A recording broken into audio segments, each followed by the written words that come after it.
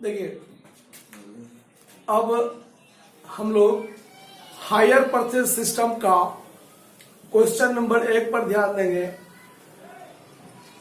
इस चैप्टर का जो थ्योरी है वो मैंने पिछले वीडियो में आप लोगों को बताया था कि हायर परचेज सिस्टम उधार क्रय विक्रय करने की एक ऐसी प्रणाली है जिसमें एक संपत्ति को उधार क्रय की जाती है और उसका मूल्य जो है वो एक निश्चित किस्तों में, छोटे छोटे किस्तों में एक निश्चित समय अंतराल पर दिया जाता है। इसमें एक नगद मूल्य होता है। नगद मूल्य वह मूल्य होता है जिस मूल्य पर कोई संपत्ति को नगद में खरीद लिया जाए, वो मूल्य होता है नगद मूल्य। और एक होता है किराया क्रय मूल्य। किराया क्रय मूल्य होता है वैसे मूल्य जिस मूल्य पर नगद मूल्य और उसमें ब्याज को हम लोग क्या करते हैं, जोड़ लेते हैं। ठीक है, तो उसी पर एक सवाल हम देखते हैं क्या है कि क्वेश्चन नंबर 1 कहता है कि माधुरी दीक्षित ने किराया क्रय पद्धति पर एक मोटर कार खरीदी है।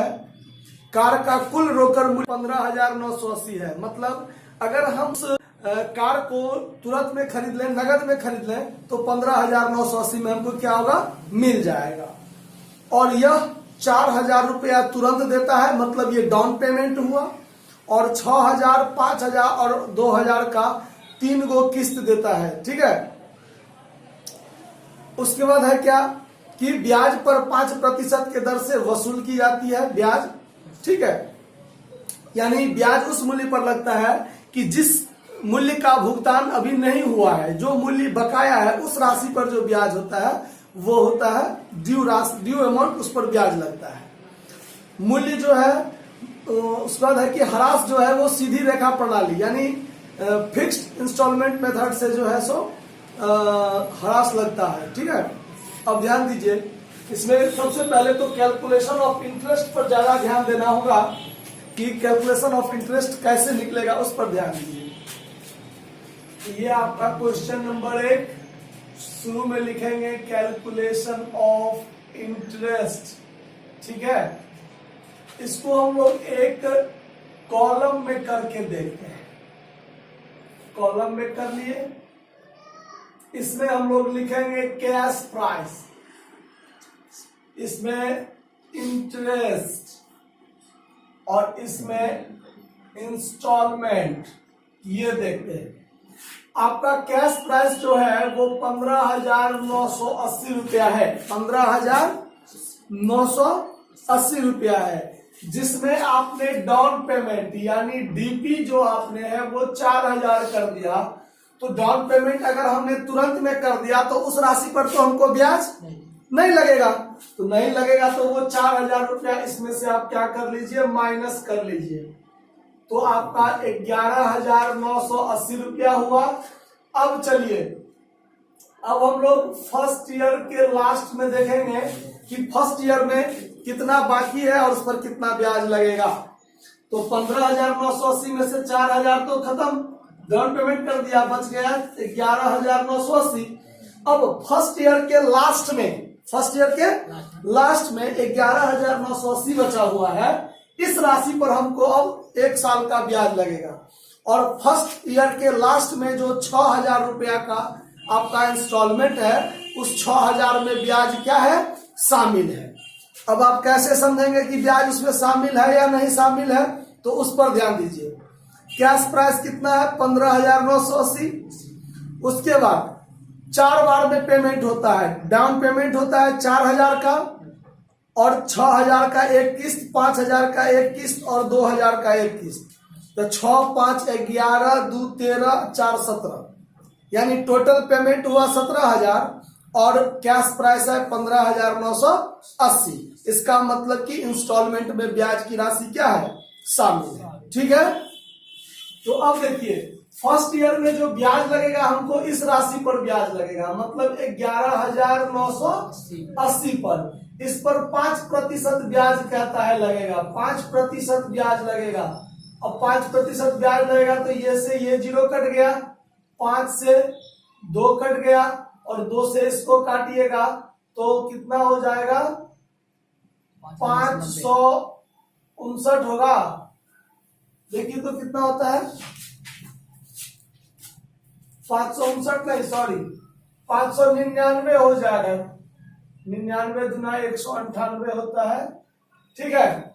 हाँ, 599 रुपया का क्या होगा आपका ब्याज हो जाएगा। अब ये जो 6000 का इंस्टॉलमेंट है उसमें से 599 रुपया क्या होगा ब्याज का घट जाएगा, तो ये बचेगा आपको 5401 रुपया। कैलकुलेशन ठीक है, देख लीजिए तो 5401 घटा के आता है कि नहीं, तो ये 5401 रुपया यहां माइनस हो जाएगा, ठीक है। अब जब हमने 6000 का किस्त भुगतान किया उसमें 599 रुपया ब्याज का दिया, तो कैश प्राइस कितना दिया 5401 रुपया दिया। अब कैश प्राइस इस कैश प्राइस में से घट जाएगा, तो अब घटेगा तो ये कितना बचेगा 79 ये हो गया, 5 ये हो गया और 6 ये हो गया। घटाओ ठीक है, हम ठकानिए घटाने लगते हैं, देख लीजिए आप। अब सेकेंड ईयर में जब हम ब्याज का कैलकुलेशन करेंगे तो इस राशि पर ब्याज होगा, ठीक है। तो 6579 पर 5% आप ब्याज लगाइएगा, तो अब इस पर 5% ब्याज लगाइएगा, तो देखिए तो कितना होता है, भाग दीजिए तो 6579 रुपया में 20 से भाग दीजिए, देखिए कितना होता है। 6579 में भाग दीजिए, कितना हुआ 329 रुपया। 20 से बोले भाग देने तो 328 रुपया 95 पैसा, यानी इसको 329 रुपया अप्रॉक्स हम लोग कह सकते हैं, ठीक है। 329 रुपया अप्रॉक्स, ठीक है। अब दूसरा किस्त जो है 5000 का, उसमें 329 रुपया क्या है ब्याज का है, तो कैश प्राइस कितना तो 4671 रुपया होगा। देखिए तो इसमें से 4671 क्या होगा घट जाएगा, घटा के देखिए 8 0 15 में से 6 गया तो 9 और ये हो गया 1, ठीक है। अब थर्ड ईयर में लास्ट में हमको ब्याज निकालने की जरूरत नहीं है, क्यों, तो लास्ट का जो किस्त है वो 6000 का किस्त है और कैश प्राइस बचा हुआ है 1908, तो 1908 इसमें से घटा दीजिए तो 92 रुपया जो निकला 92 रुपीज वो आपका इंटरेस्ट हो जाएगा। क्लियर बात। अब ध्यान दीजिए आगे एक और कैलकुलेशन होगा यहाँ पर, calculation of depreciation, calculation of depreciation. तो इसमें क्या होगा, तो फिक्स्ड इंस्टॉलमेंट मेथड से काटता है तो एक बार जो डिप्रिसिएशन निकलेगा 15,980, वो कितने परसेंट इसमें दिया हुआ है 10%, 10%। तो ये आपका कैलकुलेशन हो गया 1598 रुपया, 1598। अब ये 1598 प्रत्येक वर्ष इतना ही राशि ह्रास लगेगा, क्यों, क्योंकि अस्थायी किस्त विधि कह रहा है, ह्रास की राशि प्रत्येक वर्ष क्या होती है समान होती है। चलिए ये हो गया। अब सवाल में कहता है आपको कि माधुरी दीक्षित के पुस्तकों में आपको रोजनामचा प्रविष्टि करना है, तो माधुरी दीक्षित क्या है क्रेता है, हायर परचेजर है, तो यहां पर आप जर्नल बनाइएगा, तो journal entries in the books of MD, यानी माधुरी दीक्षित जो आपका क्या है हायर परचेजर है, ठीक है। अब ध्यान दीजिए जर्नल एंट्री जो बनता है वो 2 तरीके से बनता है, कितने तरीके से 2 तरीके से, एक होता है संपत्ति उपार्जन विधि और एक होता है उधार क्रय विधि। तो सवाल में संपत्ति उपार्जन विधि स्पष्ट क्लियर कहा है, ठीक है, तो संपत्ति उपार्जन विधि से बनाइए। अगर स्पष्ट क्लियर नहीं कहा है तो आपको जो विधि इच्छा हो वो विधि आप बना सकते हैं। तो इस सवाल को हम लोग क्या करेंगे, तो दोनों विधि से बनाएंगे, ठीक है। तो दोनों विधि से बनाएंगे, सीखने के लिए, क्योंकि पहला सवाल है तो सीखना है। तो चलिए पहला सवाल संपत्ति उपार्जन विधि कहता है, तो उसी विधि से हम लोग बनाते हैं। तो जर्नल एंट्री पर आपने देख लिया है क्या होता है। सो देखिए डेट क्या है, किस तारीख को खरीदा है, डेट मेंशन नहीं किया हुआ है तो सीधे यहां लिख दीजिए फर्स्ट ईयर, यानी फर्स्ट ईयर के लिए क्या होगा जर्नल एंट्री। तो देखिए संपत्ति उपार्जन विधि में क्या होता है, इसमें जो आप जर्नल बनाइएगा तो जितनी जितनी राशि मतलब वेंडर के द्वारा संपत्ति प्राप्त करने पर क्रेता जितना जितना पेमेंट करते जाता है वेंडर को, उतने ही राशि से संपत्ति अपने को संपत्ति मानता है कि हमारे पास संपत्ति आ गया। ठीक है, तो चलिए देखते हैं क्या है इसमें। पहला एंट्री जो होगा संपत्ति खरीदने का, तो उसमें क्या होगा, तो एसेट से अकाउंट डीआर कीजिए। तो कौन सी संपत्ति खरीदा है, मोटर कार। मोटर कार है तो मोटर कार का चर्च कीजिए, यहां लिखिए motor car account Dr to hire vendor account, hire vendors account. ठीक है, कितना डाउन पेमेंट किया था, 4,000 डाउन पेमेंट किया था। तो जितना ही डाउन पेमेंट किया उतना का ही संपत्ति वो अपने लिए मानेगा कि मेरे लिए संपत्ति कितना, तो मात्र 4,000 रुपया का। ठीक है, उसके बाद क्या होगा, तो फिर ब्याज लगाने का एंट्री होगा। ब्याज साल के अंत में, तो फर्स्ट ईयर के अंत में ब्याज कितना का, तो 599 का ब्याज है और 5401 रुपया क्या है, कैश प्राइस है। तो फिर ये क्या करेगा, साल के अंत में मोटर कार अकाउंट डीआर 5401 रुपया। उसके बाद इंटरेस्ट उसके लिए खर्चा है, तो इंटरेस्ट अकाउंट डीआर 599 रुपया टू हायर वेंडर्स अकाउंट कितना, 6,000। देखिए हायर वेंडर को वो 6,000 दे रहा है, जिसमें 599 तो ब्याज का दे रहा है, तो संपत्ति के लिए कितना दे रहा है, 5401 रुपया।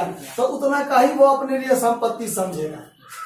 ठीक है, उसके बाद फिर हायर वेंडर को किस्त का भुगतान करेंगे, तो हायर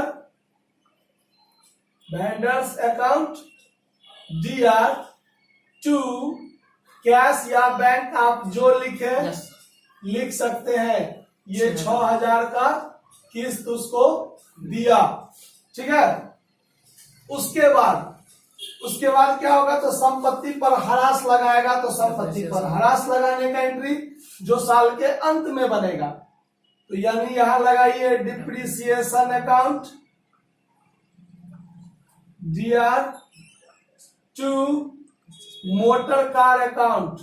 मोटर कार अकाउंट कितना का डिप्रिसिएशन लगा है, 1598 रुपया का डिप्रिसिएशन लगा है।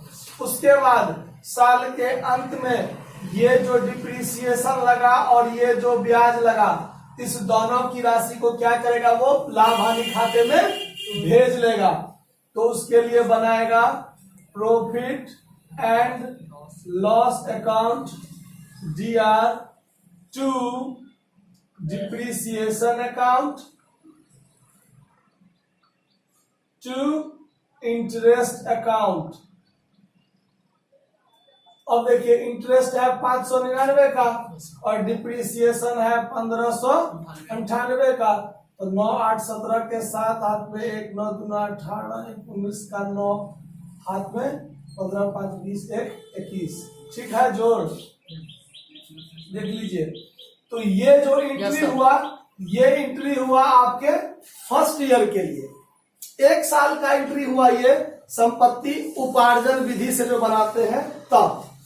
अब दूसरे साल के लिए क्या होगा, तो हम इसी एंट्री में बस अमाउंट को बदल देंगे तो सेम होगा अगले 2 वर्ष के लिए। ठीक है, तो तो आप पहले इसको नोट कर लीजिए, नोट करने के बाद फिर हम तुरंत बनाते हैं। अब हम लोग सेकेंड ईयर में जब हम लोग डालेंगे तो दूसरे वर्ष का जब हम कैलकुलेशन करेंगे तो बस एंट्री में कोई बदलाव नहीं होगा, एंट्री सेम होगा। ये जो फर्स्ट ईयर का एंट्री था वो सेम होगा, बस क्या होगा तो यहाँ अमाउंट बदल जाएगा। ठीक है, तो अब देखिए दूसरे वर्ष के लिए क्या है, तो हम दे रहे हैं 5,000 वेंडर को, जिसमें 329 ब्याज का है और 4,671 संपत्ति का है। तो यानी यहाँ संपत्ति लिखेंगे 4,671 का संपत्ति हुआ, 329 रुपया का ब्याज हुआ और दोनों मिला के वेंडर को कितना देना है, 5,000 देना है। अब फिर जब वेंडर को किस्त का भुगतान करेंगे तो यही higher vendor account DR2 cash account हो जाएगा कितना, 5,000। फिर डिप्रिसिएशन कितना लगेगा, 1598 और फिर लाभ हानि में क्या जाएगा, यही इंटरेस्ट और ये डिप्रिसिएशन। तो 1598 डिप्रिसिएशन और इंटरेस्ट कितना है 300। तो 9 8 17 के साथ 9 2 11 1 12 के 2 15 3 18 1 19। ठीक है, चलिए तो ये हुआ सेकेंड ईयर का एंट्री। अब ऐसे ही हमको क्या करना है, तीसरे वर्ष का बनाना है। तो तीसरे वर्ष में भी एंट्री तो सेम होगा, बस ये अमाउंट क्या होगा, बदल जाएगा। उसमें क्या होगा तो एसेट्स में मोटर कार के लिए कितना हो जाएगा 1908, इंटरेस्ट के लिए क्या होगा 92 और हायर वेंडर के लिए क्या हो जाएगा ये 2,000 रुपया। तो हम इसी में हम क्या करते हैं, बदल देते हैं। देखिए आपने संपत्ति कितना था 1908, इंटरेस्ट 92 और हायर वेंडर को कितना देना है 2,000 देना है। फिर यहाँ हायर वेंडर को क्या करेंगे तो 2,000 दे देंगे hire vendor to cash. Depreciation के लिए तो यही होगा। अब यहाँ इंटरेस्ट के लिए ये बदल जाएगा 92 और ये बदल जाएगा 2 इसमें जाएगा तो 1690। यही ना होगा, आया बात समझ में। तो ये हुआ आपका पूरा जर्नल एंट्री। अब सवाल में मान लीजिए आपको कहेगा हायर वेंडर अकाउंट खोलिए, कहता है तो अब 3 वर्ष का जर्नल एंट्री आपके पास मौजूद है। अब उससे आप क्या कीजिए तो हायर वेंडर का अकाउंट खोल लीजिए और उसके बाद सवाल आपका क्लियर हो जाएगा।